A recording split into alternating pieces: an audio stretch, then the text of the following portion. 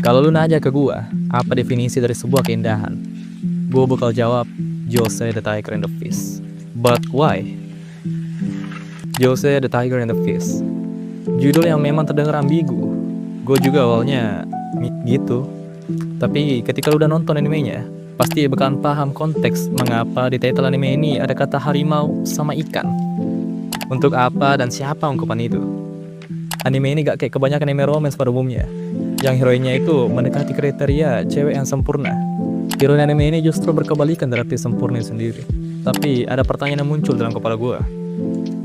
Apa kita sangat butuh yang namanya kesempurnaan? Sebelumnya gue ceritain dikit alur anime ini. Jadi ada mahasiswa, namanya itu Suneo Suzukawa, yang hobi banget sama yang namanya nyelam. Bahkan dia hanya kerja di tempat peralatan selam. Suneo ini punya tujuan buat belajar ke Meksiko setelah lulus kuliah. Walau tujuan aslinya itu supaya bisa ngelihat ikan Clarion Angel yang cuman ada di Meksiko. Waktu di perjalanan pulang setelah pulang kerja, Suneo tiba-tiba ngeliat ada cewek berkursi roda yang gak bisa ngendaliin kursi rodanya di jalanan terjal. Cewek ini langsung terlempar dari kursi rodanya. Untungnya si Suneo refleks nangkep, walau tetap jatuh juga. Setelahnya, nenek cewek ini datang yang kemudian berterima kasih kepada Suneo karena udah nyelamatin cucunya. Si cewek yang diselamatin sama Suneo malah ngegigit anjir. Kemudian bilang Suneo itu orangnya cabul karena udah megang badannya. Yap, kampret banget emang nih cewek. Si nenek kemudian nawarin ke Suneo buat makan di rumahnya. Sampainya di rumah, Suneo nanya nama si cewek ini. Kemudian dia jawab, Jose. Hah? Kumiko-chan. Teh. Jose ya. wow, nama aslinya itu sebenarnya Kumiko Yamamura. Tapi makin nama Jose karena terinspirasi dari nama karakter utama dari novel favoritnya. Jose ini cewek disabilitas yang udah gak bisa jalan sedari lahir. Jadi butuh banget kursi roda buat berpergian. Jose punya bakat ngelukis, bahkan hobinya itu ngelukis ikan yang ada di laut. Dia ini punya mimpi agar suatu hari nanti bisa ngeliat langsung ragam fauna yang ada di laut. Walau dia nyadar sama kondisi kakinya yang gak bisa digerakin.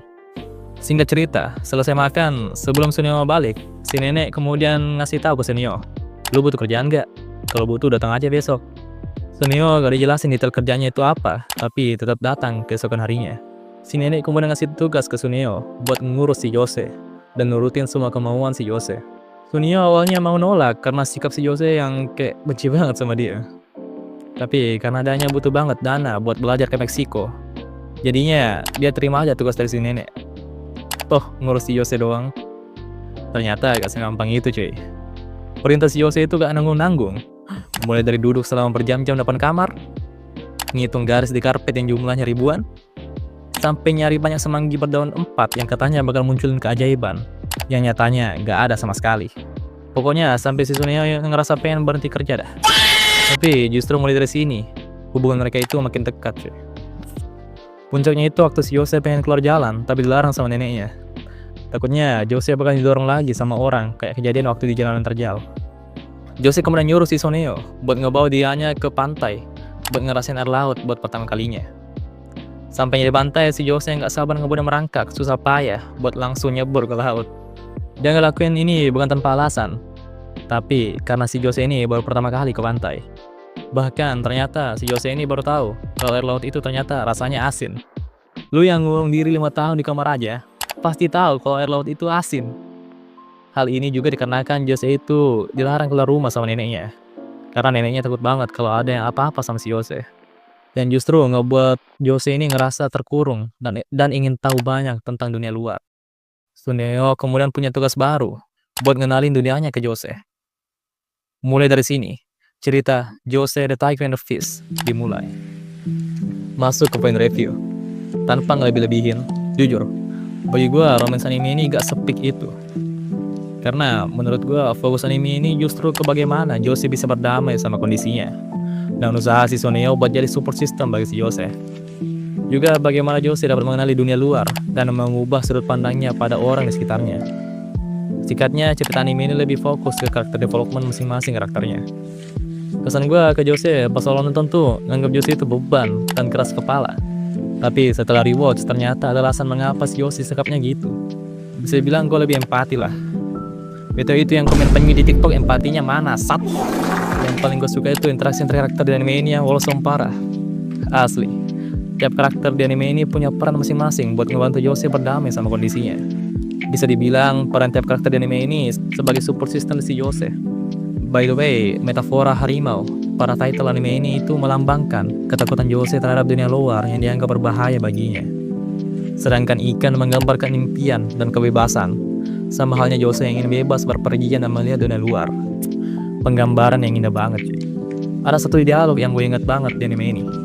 Waktu si Suneo ngomong, いやどんな風に見えてるのかなって。 Suneo gak cuma mau ngenalin dunianya ke Jose, tapi juga pengen tahu bagaimana dunia si Jose. Dan bahkan pengen tahu bagaimana cara si Jose ngeliat dunia yang ada di sekitarnya. Yang bikin gue heran itu, kok gue masih aja kebawa sama cerita animenya, walau udah gue rewatch 4 kali. Walau gue udah tahu apa yang bakal terjadi di scene berikutnya, tapi gue kayak tetap kepo aja sama apa yang bakal terjadi di scene berikutnya. Bahkan gue hampir mewek pas di scene si Jose ngebacain dongeng di perpus. Padahal gue udah rewatch 4 kali. Itu juga bukti bagusnya penulisan cerita anime ini. Art style anime ini juga gue suka, terutama backgroundnya yang kayak digambar pakai cat air. Dan asli, itu detail parah. Anime ini gak perlu masukin scene epic kayak Meteor di Kimi no Na wa. Anime ini cuma perlu ngebikin latar yang sangat mendukung perkembangan cerita dengan sedikit bumbu sinematik. Mulai dari laut, pepohonan, hingga bagian dalam rumahnya. Pokoknya bagus semuanya. Bone Studio memasak ya. Dan yang paling teringat di kepala gue itu soundtracknya yang dibawain sama Yvonne Cole, yang juga ngebawain soundtrack buat Violet Evergarden. Lagu ending anime ini juga gak kalah bagusnya, terutama karena yang isi itu If, salah satu singer favorit gue. Menurut gue kurangnya anime itu ada di komedinya yang udah ketinggalan zaman. Mungkin dikarenakan Jujutsu Kaisen itu merupakan novel karya Seiko Tanabe yang udah dirilis sejak 1984. Tapi walau komedinya udah ketinggalan zaman, tapi cerita anime ini tetap kerasa baru bagi gue. Terutama karena jarang banget ada anime yang ngebawa cerita tentang disabilitas. Yang gue tau itu cuma Koe no Katachi. Kesimpulan, Jose the Tiger and the Fish itu bukan anime romance pada umumnya, tetapi sebuah pandangan mendalam terkait bagaimana manusia menghadapi keterbatasan, ketakutan, dan menciptakan makna bagi orang-orang di sekitar. Anime ini pengen ngasih tahu kalau kehidupan yang sempurna itu bukan kehidupan yang tanpa luka atau tanpa kekurangan, melainkan kehidupan yang jalan dengan penuh kesadaran, keberanian, dan juga kebebasan. Kebebasan tiap orang itu bermimpi setinggi-tingginya, walau dengan keterbatasan yang dia miliki. Kita semua punya harimau dalam diri kita masing-masing. Ketakutan, trauma mendalam, juga batasan. Tapi kita juga punya ikan, yaitu mimpi, harapan, dan kebebasan untuk terus berenang dalam kehidupan ini. Anime ini lebih dari sekedar karya fiksi. Itulah mengapa gue mendefinisikan Jujutsu Kaisen itu sebagai sebuah keindahan. Sekian dari gue, thank you.